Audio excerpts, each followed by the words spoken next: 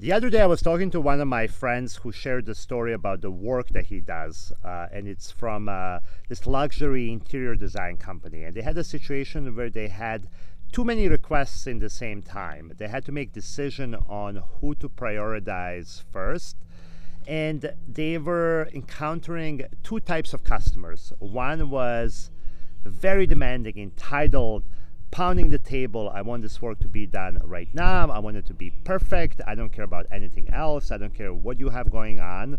My work is more important. And we all know these types of customers, and we hear them in places because they are very loud. And they had the other type of customer that was more understanding. Maybe they didn't love what was going on, but they were willing to wait or renegotiate or collaborate. And guess who they decided to focus on first? I'll give you a hint. It is not the flexible and agreeable customers. Which brings me to the topic today, which is entitlement. Entitlement is a chronic state of narcissistic personalities. I'm Dragan. I'm narcissistic abuse recovery coach. I do other types of coaching, but here I talk a lot about narcissism. My goal is to demystify and talk about all topics related to narcissism so we can all heal, protect ourselves, make decisions about relationships around us. And if you're someone that's struggling with narcissistic relationships, I work with clients one-on-one. Reach out to me and I'd be more than willing to work with you. So entitlement. To start here, I think it's important to say that not all people that are entitled are narcissistic, but everyone that's narcissistic is definitely entitled. Entitlement demonstrates itself differently with different narcissists. Sometimes it's more in your face, loud, entitled, demanding, screaming, pounding the tables. I'm better than everyone else, and if I scream more and if I'm more loud, then my request will be heard sooner, which it works in a lot of situations if we're real with that, especially in United States. This doesn't work in a lot of countries in Europe, though. In United States, it works better.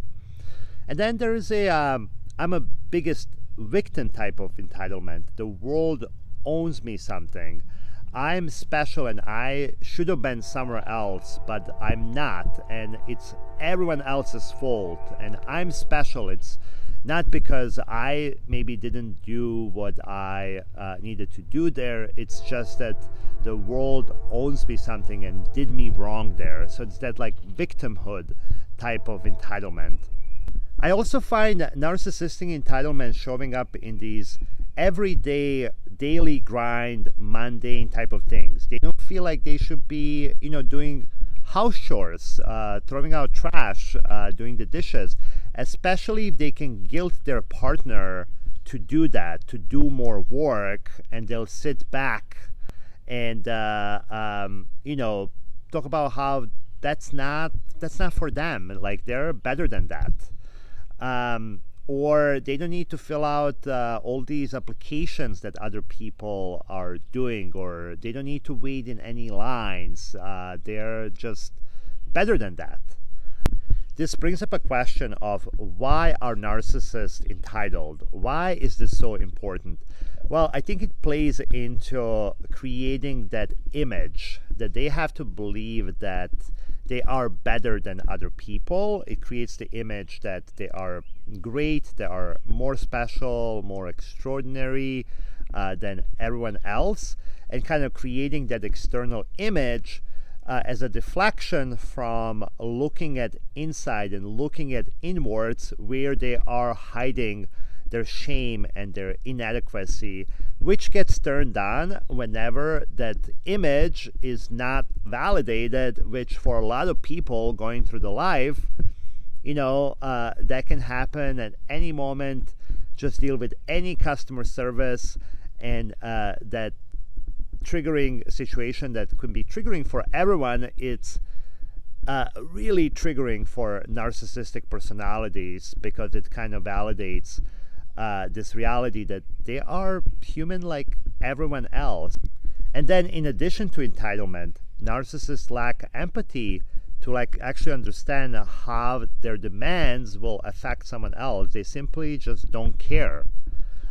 They've learned, I think, early on just to demand what they want, and that's basically how things get done without consideration of how that affects the other person, and then they fill those gaps with something that works for them. They do really well with taking any kind of narrative, and they're like, well, these are the facts. These facts don't really work for me. I'm gonna just rewrite these facts and make it sound like I am great, or I'm the victim here, or like one of those two, and you're complaining because you're too sensitive and you can't handle it.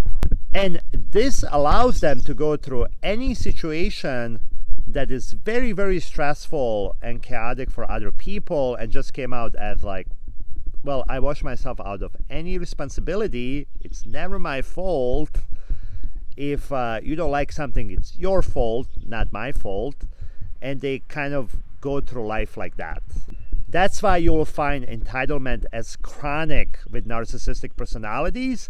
And that's why it's going to be very hard to connect with them, because they're not interested in connecting with other people. Everything is about winning and losing. And also they're obsessed with hierarchy. Any narcissistic person is analyzing who's on the top, who's on the bottom, where do things rank, and they think that other people's worth is based on like their statuses and their jobs and how much money they have. That's why they're obsessed with all of those things, and they're constantly working to get ahead in that kind of way. Again, some of our systems do support this, and this is why narcissists and narcissism will help them get ahead in corporations, will be likely to get promoted because you just focus on getting to the next step. You don't care about how your actions affect the other people. You don't care about the truth or the meaning. You can just kind of present whatever you think will get you ahead, if that's going to work. If you're dealing with a narcissist, where that's going to put you is that their image will always come first. Anything that you need is viewed as inconvenience, especially when that's even remotely touching or triggering their shame.